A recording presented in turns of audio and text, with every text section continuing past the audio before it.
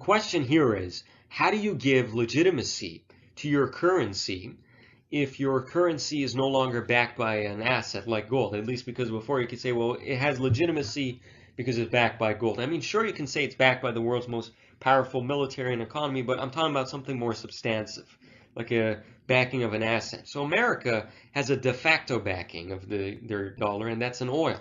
They have this agreement with Saudi Arabia that Saudi Arabia gets to sell their oil as the largest oil producer, but they have to do so in US dollars.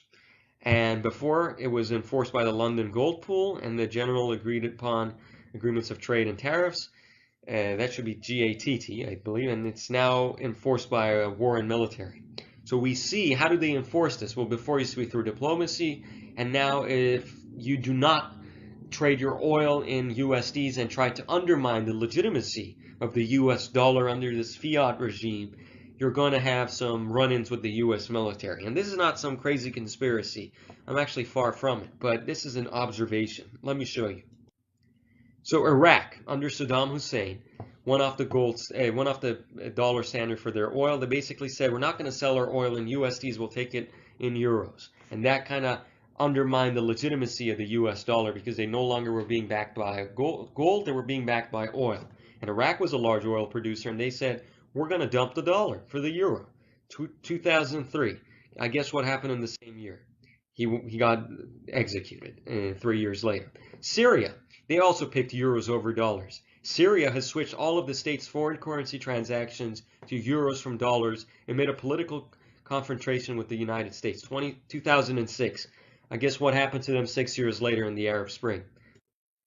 US dollar no longer a quote currency in Venezuela. 2018. Guess what happened to Venezuela? Also had a run-in with the US military. Muammar Gaddafi of Libya tried to implement the gold for oil plan. Basically, he wanted to dump gold, US dollars, and trade oil and gold for African countries, and kind of wanted to create his own gold dinar currency. And again, I have to preface this. This is not some convenient conspiracy, because one could reasonably say, well, there's a correlation between these countries not trading USDs and not wanting to have USDs backing their gold, and correlation doesn't simply imply causation. That could be true, right? You could say, well, you're kind of stretching the fact here. Well, here, I'll say this to you. Don't take it from me. Take it from the horse's mouth. I'm not the one making this claim. A U.S. general made it. 5-star. Look at this. Wesley Clark, and this is this video that some of you might have not seen. It's his famous video of 7 countries in 5 years. And you could say, well, it's a coincidence that you're saying all these things are connected. But here, watch this video. This is Wesley Clark. And his video basically is showing how the United States had this plan of going to 7 countries in 5 years. About 10 days after 9/11, I went through the Pentagon and I saw Secretary Rumsfeld and Deputy Secretary Wolfowitz. I went downstairs just to say hello to some of the people on the Joint Staff who used to work for me. And one of the generals called me and he said, "Sir, you got to come in and talk to me a second." I said, "Well, we're too busy." He said, No. He says, "We made the decision we're going to war with Iraq." This was on or about the 20th of September.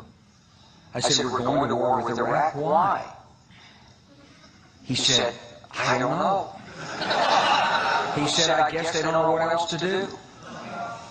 So I said, "Well, did they find some information connecting Saddam to Al-Qaeda?" He said, No. He says, "There's nothing new that way. They just made the decision to go to war with Iraq." He said, "I guess it's like we don't know what to do about terrorists, but we've got a good military and we can take down governments." And he said, "I guess if the only tool you have is a hammer, every problem has to look like a nail." So I came back to see him a few weeks later, and by that time we were bombing in Afghanistan. I said, "Are we still going to war with Iraq?" And he said, "Oh, it's worse than that." He said, he reached over on his desk and picked up a piece of paper. He said, "I just got this down from upstairs from the Secretary of Defense's office today." And he said, "This is a memo that describes how we're going to take out 7 countries in 5 years, starting with Iraq and then Syria, Lebanon, Libya, Somalia, Sudan, and finishing off Iran." And there you have it. That this is, again, it's not a convenient conspiracy, straight from the horse's mouth about what the true intention and what the geopolitical implications of having a petrodollar is. About 10